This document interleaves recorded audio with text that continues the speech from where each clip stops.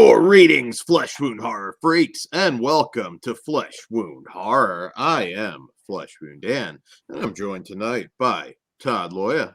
Good evening. So, we're here today to cover some new Blu-rays from Wild Eye Releasing. Very excited to talk about these. We'll get right into it with our first film, which is actually a sequel. And it is from director Tori Jones, and it is The Wicked Ones. Evil multiplies in this follow-up to 2017 sleeper hit The Wicked One. Set a decade after the events in the first film, survivors Adam and Alex return to Carpenter Falls with their 3 children, only to be thrust into another confrontation with the Wicked One and his 2 crazed copycat killers. All right, so Wicked One. So I did see the original.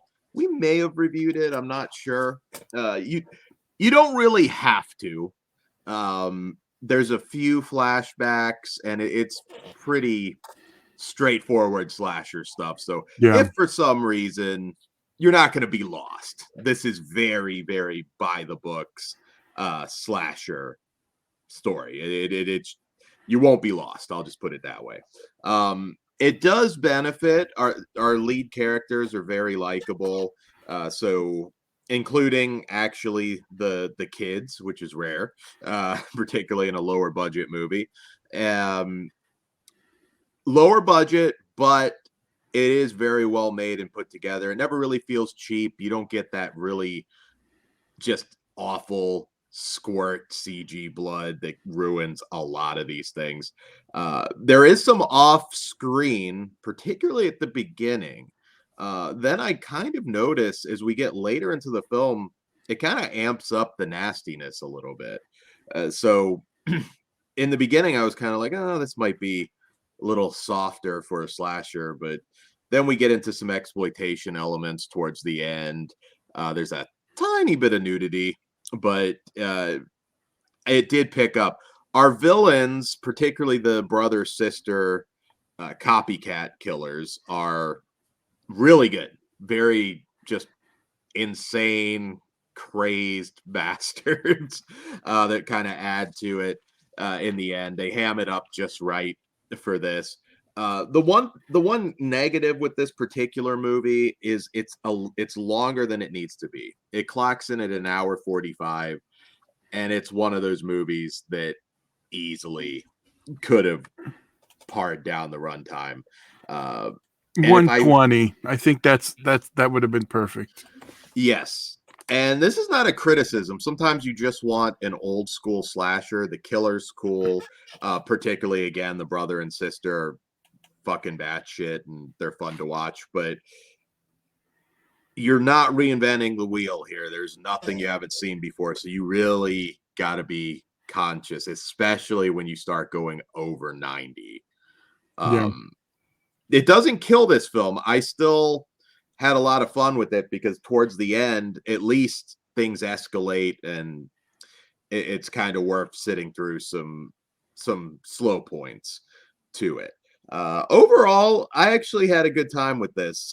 You got to stick around, but it's all practical. There's nothing, I don't know if there's a particular kill that made me go, wow, but there is some cooler stuff towards the end, axe to the head. Like I said, there is like some more exploitation stuff. There's a brief assault scene that might warrant some trigger warnings, depending. Although if you're listening to our channel, you probably don't need those, but nonetheless, it is there. But yeah, I had a good time with it. I want to say the original had that same issue, like being a little bit longer than it needed to be. I could be wrong. The first one, I double checked that too just to compare. It was a 91 minute, so a little shorter, but yeah.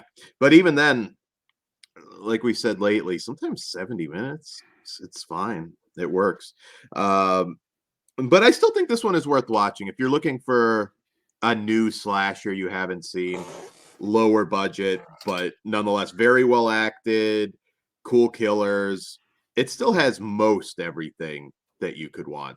I think they could have maybe pushed some of the exploitation stuff a little bit more at the end when it did kind of amp up. There's like an implied castration at one point that they don't actually show.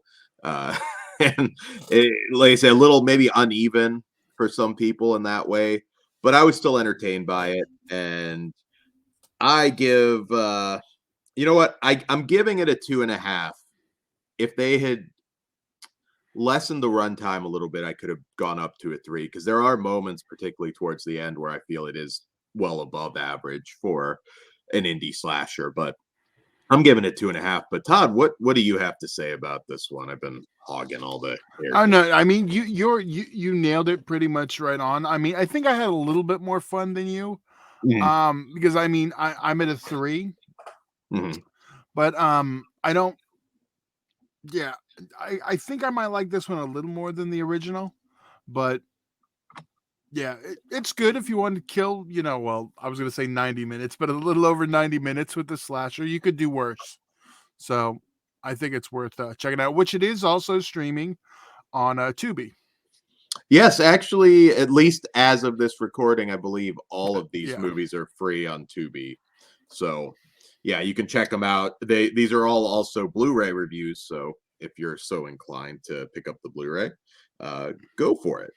All right. So, moving on to our next film of the evening, which is Death to Metal from writer director Tim Connery. And in Death to Metal, after a freak accident, a defrocked priest is transformed into a mutated killing machine on a mission to destroy any and all fans of heavy metal music. It's up to two reluctant metalheads to send this holy monster straight back to hell. All right. So Todd, before we get into this one, do you have a particular like favorite like rock or heavy metal themed horror movie in particular, Well, of Black course, Roses. it's Trick or Treat for me. Yeah, it's funny. I should probably say I kind of consider that more of an A-list studio title of the lower budget variety. From Like, DEG, from De Laurentiis, well, you got fucking Ozzy Osbourne in it, Todd. for like 3 minutes. Come on. Well, true, but I'm That just was, they the just gave me. makers of the Wicked ones couldn't afford Ozzy and fucking Well, Gene I mean, then Simmons. if we remove that, then it's probably Black Roses. Okay, yeah. I actually regret it. I had the original poster for that and I gave it away Uh, to a friend, but there's some cool art on that. Yeah, Rock and Roll Nightmare, Not Hard great. Rock Nightmare, I think it's called, that Dark Force just put out. I have to grab that Blu-ray. Yeah, I don't remember that one. That's definitely that I don't know. That one kind of feels try before you buy for me. Probably, yeah. A lot of that stuff's coming to Amazon later, anyways. But yeah, if you have a favorite heavy metal horror, like except Trick or Treat's gonna come No, on. no. If it is Trick or Treat, please Well, if it answer is, Trick or you're Treat. welcome to put that in the comments as well. But give us two then, because that tends to be Yeah, everybody's it's favorite. so mainstream you can't even get it, Dan. Yeah, damn it. I see how it is. But all right. So Death to Metal. Also, I want to throw out a newer one, Deathgasm. Oh yeah, that one's great. Deathgasm, I think, is a great movie that actually I think this is a good double feature for. Deathgasm's better, but I do think that this is like a good one to start with and slowly build because I actually had a lot of fun with Death to Metal.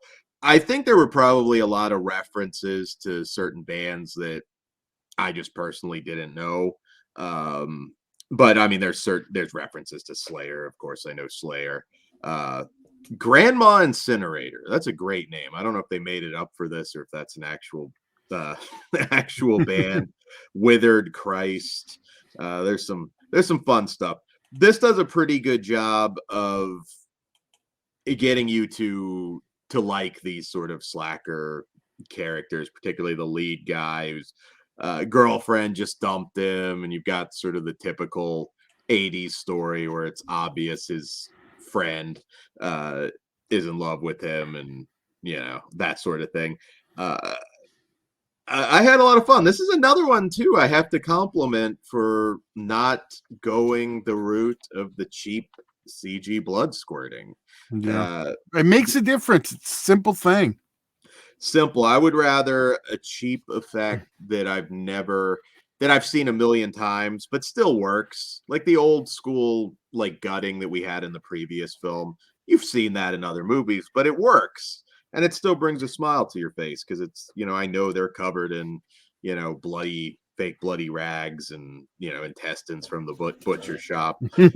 Works. Um so I did sort of like this one. Also a slasher. The priest kind of turns into the toxic Avenger, only meaner. Uh, little more religious than I think Toxie was. Um, the his origin story I thought was funny. There's moments where this is kind of feels more like a trauma film than it's a little more grounded. Other moments, but the flashback to Milton, who's our evil priest, where the metalheads just sort of start bullying him, and then the one pulls his dick out and just pisses on the Bible was pretty funny. I thought it'd go a little more trauma than it did, but nonetheless, I always appreciate the practical. There's some moments where, in this one in particular, you can tell like they had to get a little creative, maybe not show certain things because they just didn't have the budget to pull it off. But when the one guy gets killed while he's, banging his girlfriend from behind and the blood spills on her back, and she's just like, "That's a big load, baby." That Yes, I was dying. that made me laugh. And then there's some other ones where I don't think they really had much of a budget, so it was like, oh, okay, let's just pour the bleach in his mouth. Or we do get some nastiness once the priest makes his way to the concert. There's a lot of cheap kills. There's a one involving a pregnant woman that was kind of cool with the fetus gimmick. And I had fun. This one's very well paced. This one clocks in at 80 minutes. Yeah. And you feel that difference. Like if they tried to extend that to the hour 45, you can kind of see the difference. Although I did like the last one. It's going to be a one-time watch because of the length. But I think if you are a fan of these rock and roll, heavy metal, horror flicks, this is worth your time. Once again, free on Tubi, so you get to check it out, see if you want to buy the Blu-ray. I think you might actually. This is one I'm very happy to have on Blu-ray. And what did you think, Todd? How does this hold up for you? Yeah, I was kind of like, because a lot of the low budget metal ones just kind of like don't work for me. Yeah, this one did. Like, I mean, you mentioned the trauma stuff, but yeah, I mean, the characters were all likable the way that should have. The practical effects, I mean, there's a lot to like in this one. This one was a good time, and I can 100% see myself watching it again. absolutely. I am definitely higher on this one. I am a 3. I think it's definitely above average. I had fun with it, and it does most everything right. Also, cool killer. The priest was very good that played Milton. So check it out. What say you, Ted? I'm a 3.5 on this one. Oh, nice. Okay. Yeah. Sweet, sweet. All right. Moving on to our next film of the evening, which is rolling through these fast tonight, but it is Black Holler from director Jason Berg. And in this one, summer 1989. On her first day of school, Laquita Johnson is forced to join a group of students into the mysterious Black Holler woods for a class trip where they face a deadly serial killer and the Holler's supernatural evil forces. A horror comedy send-up of classic 80s slasher films that ramps up the insane deaths and horror tropes. Okay, so this one definitely horror comedy with more of an emphasis on comedy. I liked our lead actress Tamiko Robinson Steele as Laquita Johnson. Her backstory is her parents die and she gets taken in by uh, a pair of gay martial arts instructors, and that's kind of like her backstory. This one is, like I said, just kind of having fun with these horror tropes, and it's kind of hit or miss on the humor, to be honest. There's some toilet humor that was a little more miss than hit. The lack of skin, kind of an issue when you're doing like when you're making fun of 80s horror tropes, because there does tend to be more skin in those movies. But it did make me laugh occasionally. It's one of those movies that I'll be honest, I didn't love it, but I can tell they had a fucking blast making it, and that enthusiasm comes through in the film. So it does raise it up a few notches. Um, this one, 89 minutes, so not too long. Again, probably could have shaved off a little bit. I thought it was yeah, well, you said 89, right? I'm sorry, I heard 89. 99. No, 89. So at least it's under that 90. Movies like this have no business going over that. So it's a little more miss for me on the humor, but the whole squirrel cult thing and the uh and other I don't know, it just depends. If you're somebody that automatically laughs at like fart jokes, there's a lot of fart jokes in here, and it didn't all hit for me. But I don't automatically laugh at fart jokes, but they were getting me this time. yeah. So you liked it a little bit more, I can I tell. did. I did. I yeah, it's definitely more horror than comedy, and you got to be in the mood for this one. And I was when I threw it on, and it Definitely just more worked. comedy than horror, I think you might say. Yeah, and from that point of view, I had a good time with it.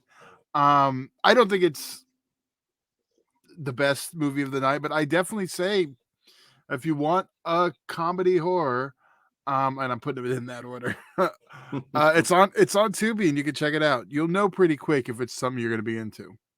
Yeah, then there's some funny moments. Like I think there was like a Dollar Tree crucifix at one point, and you could still see the sticker on it, and it was one on obviously 100% intentional.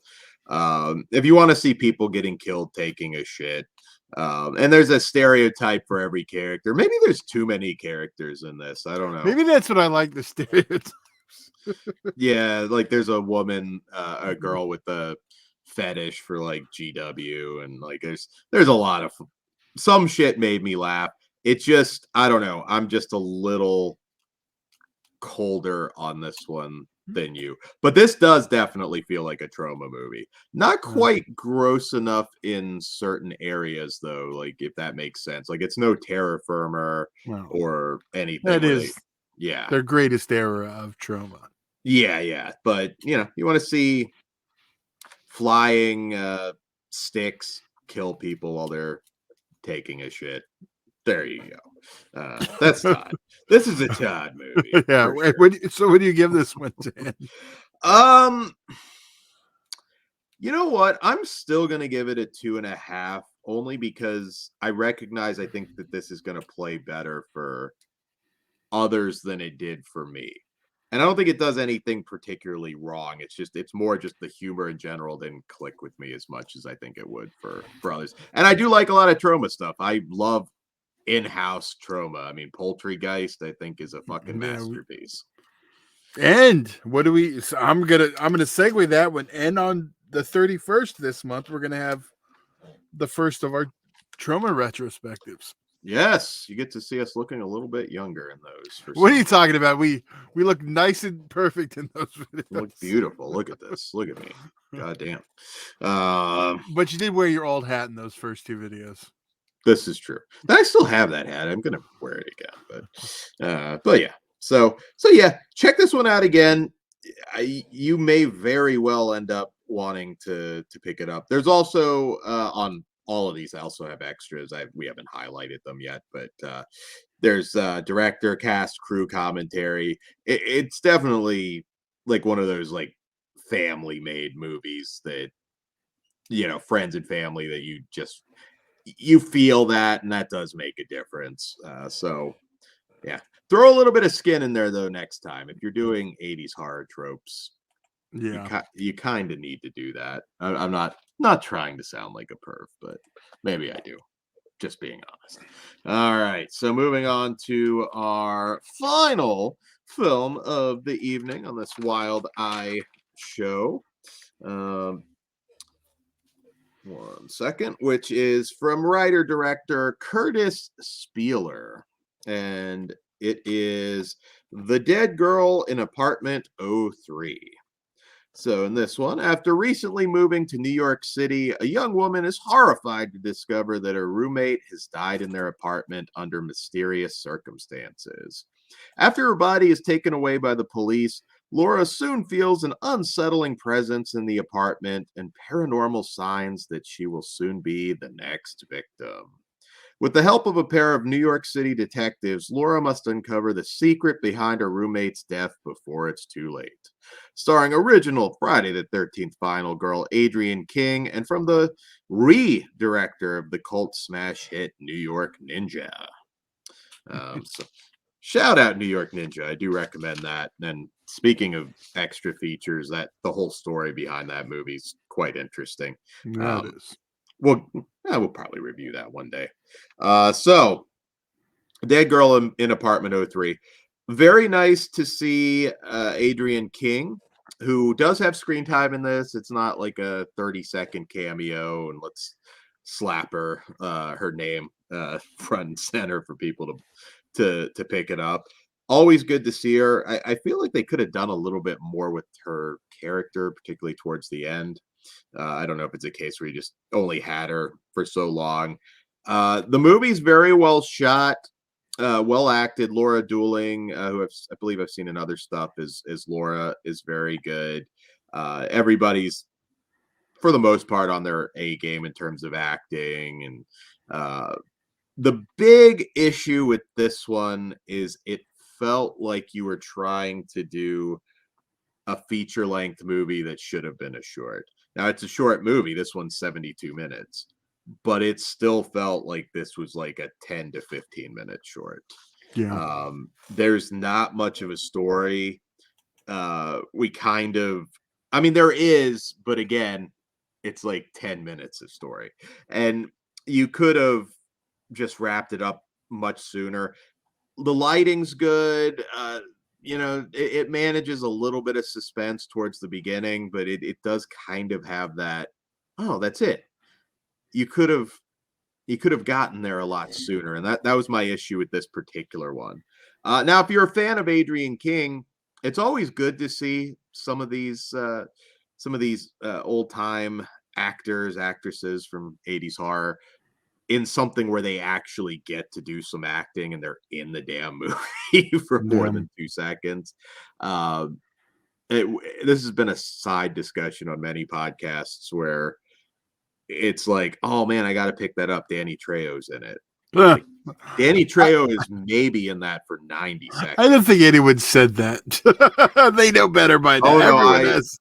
I still know. I've been in conversations with people just glancing at either Second and Charles or even Walmart, where somebody's like, "Oh, that looks good," and I hate to be that guy, but I'm like, just FYI, Danny Trejo might be in that 5 minutes if you're lucky, or Eric Roberts might have shot his. Wait! You've seen someone actually pick up a movie and go, "Oh shit, Eric Roberts." Well, that might have been about 25 years ago. Okay. But nonetheless, it happened, Tad. But now, not in 2023. But now Eric Roberts will legitimately, if he can shoot it at his house, watch some of those movies now. Even Asylum does this, where it's like they'll just be on the phone. And Michael Madison. Yeah, Michael Madsen definitely does it. But Eric Roberts, I believe it's $2,000. You're making a movie, Don't quote me on that, but I believe I have heard from somebody that did do a movie with Eric Roberts, and it was like $2,000 if he can shoot it at his house, effectively like on a phone. So it'll be like he's the dad and he's in 2 scenes and he's like, it's like, well, he's, I could just see like that Zoom call with the director, and then he's just like, so here's some background. It's like, just give me my lines. It's probably something like that. Yeah. I get it. She was kidnapped by a Sumatran rat monkey. Good. I'll act concerned. All right, give me the lines. I want to make the 4 o'clock special at the Sizzler. God damn it. But anyways, you still have Sizzler, Todd. I'm jealous of that. And I So, never go there. I think the last time I went, you were here. well, we're definitely going to Sizzler when I'm down there. So yeah, I mean, this one's again, it's well made. It doesn't. I don't know. It just doesn't really go anywhere. We just linger in this apartment, and there's certain moments where I'm just like, why don't you just fucking leave? Like, Yeah. I don't know. When the clown doll just starts laughing, like, just leave. There's nothing holding you there. Uh, but for a while, it held my interest. It just, unfortunately, it's just one of those ones that doesn't quite go anywhere. Um, there is, like I said, towards the end, a little bit of a twist, and the demon is potentially interesting, but you could have, and I'm not exaggerating, this could have been a 10 to 15 minute short, and you could have told the entire story. It just doesn't. It doesn't build. It just kind of lingers. Is how I would kind of sum up this movie. It just kind of lingers longer than it has to. But what did you think, Todd? Yeah, I mean, it definitely overstays its welcome. It just drug on for me. I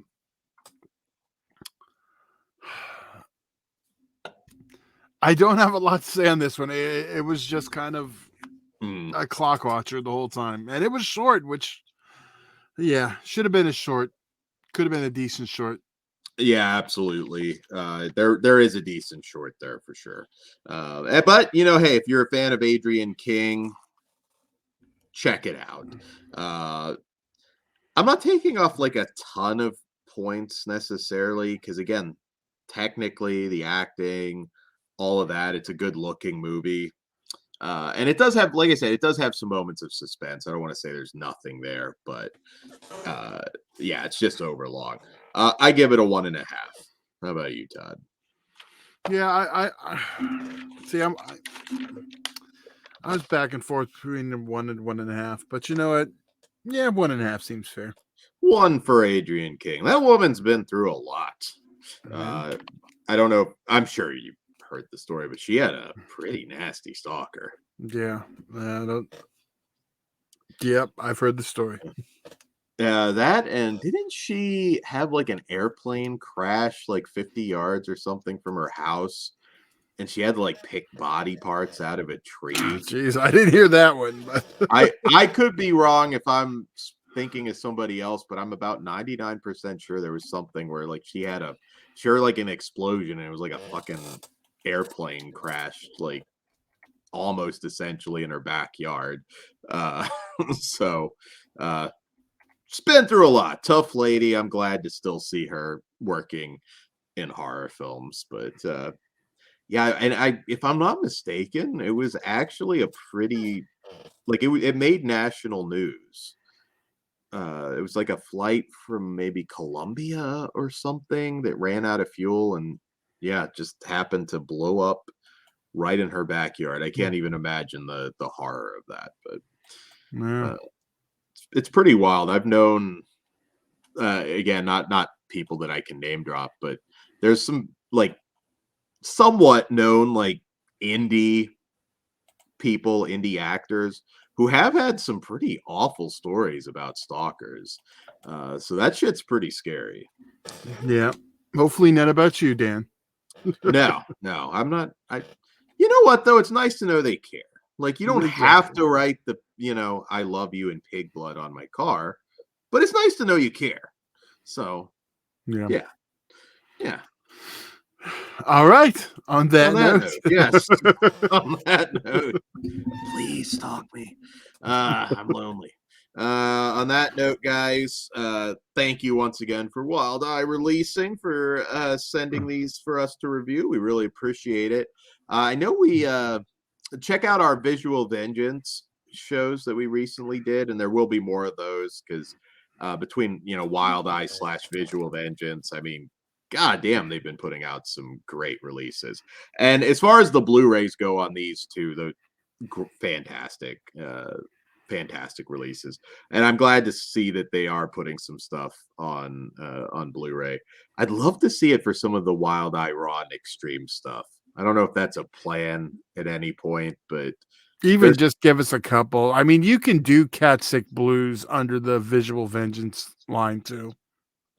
yeah, I'm kind of curious to see as that evolves, like if they will tackle some stuff that's like new, which I wouldn't necessarily mind because even if it's not like SOV technically, there's still a lot of films in that vein that I'd Yeah. like to see. And Cat Sick Blues would be a great candidate. One of the best things that ever came out under Wild Eye Releasing. So we reviewed that ages ago. I don't know if that was YouTube era or not, to be No, honest, but it might have been the very beginning. yeah, that's a hard one to. No, I think that was before. Okay. Well, there you go. There's an excuse for us to do something with Cat Sick Blues again. But guys, thank you once again. We'll see you back here next time. Patreon.com/fleshwoundfeatures. It all starts at just $1 and you help run the show. Be sure to check out all of our After Dark content, which has been doing fantastic. You guys have been awesome. We're really happy with all of you who've listened and commented on those videos. Also, we've got some true crime coming up. Actually, that on the last one, we had a discussion on the Acid King on our last Wild Eye show, which is a great doc. So check that out. Check out that review. And yeah, that's all I got. Good night, guys. Good night.